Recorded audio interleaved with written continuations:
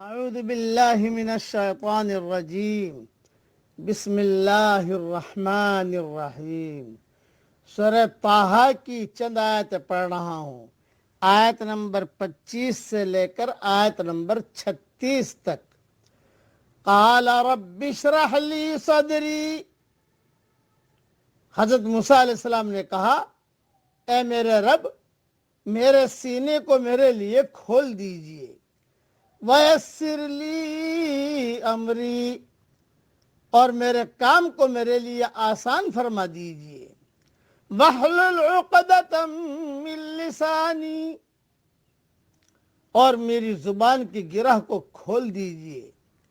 یفقہوا قولی، تاکہ لوگ میری بات سمجھیں۔ وَاجْعَل لِّي وَزِيرًا مِّنْ أَهْلِي، اور میرے خاندان سے میرے لیے ایک مددگار مقرر کر دیجئے۔ ہارون اخی، ہارون علیہ السلام کو جو میرا بھائی ہے۔ اشدد بہ ازری، اس کے ذریعے سے میری کمر مضبوط کیجئے۔ واشرکہ فی امری، اور اس کو میرے کام میں شریک کیجئے۔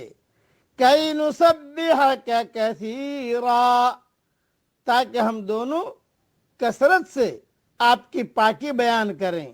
وَنَذْكُرَكَ كَثِيرًا، اور کثرت سے آپ کا ذکر کریں۔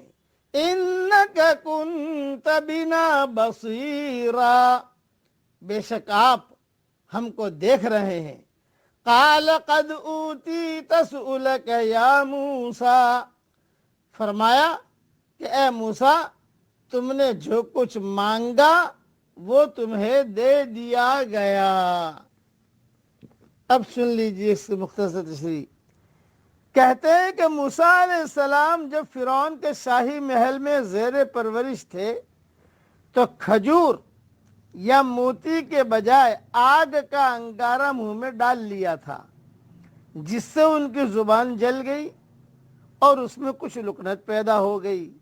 ابن کثیر میں مضمون لکھا ہوا ہے، جب اللہ تعالیٰ نے انہیں حکم دیا کہ فرعون کے پاس جا کر میرا پیغام پہنچاؤ، تو حضرت موسیٰ علیہ السلام کے دل میں دو باتیں آئیں۔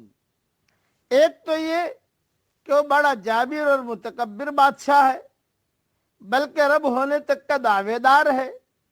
دوسرا یہ کہ موسیٰ علیہ السلام کے ہاتھوں اس کی قوم کا ایک آدمی مارا گیا تھا، اور جس کی وجہ سے موسیٰ علیہ السلام کو اپنی جان بچانے کے لیے وہاں سے نکلنا پڑا تھا۔ یعنی ایک فرعون کی عظمت اور جباریت کا خوف، اور دوسرا اپنے ہاتھوں ہونے والے واقعے کا اندیشہ، اور ان دونوں پر زائد تیسری بات زبان میں لکلت۔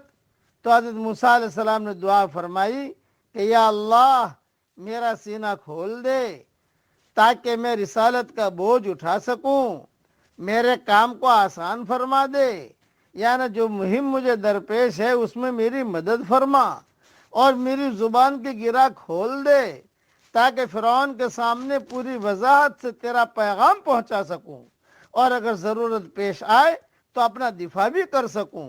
اس کے ساتھ یہ دعا بھی کی کہ میرے بھائی حضرت ہارون علیہ السلام کو کہتے ہیں کہ یہ عمر میں موسیٰ علیہ السلام سے بڑے تھے، بطور معین اور مددگار میرا وزیر اور شریک کار بنا۔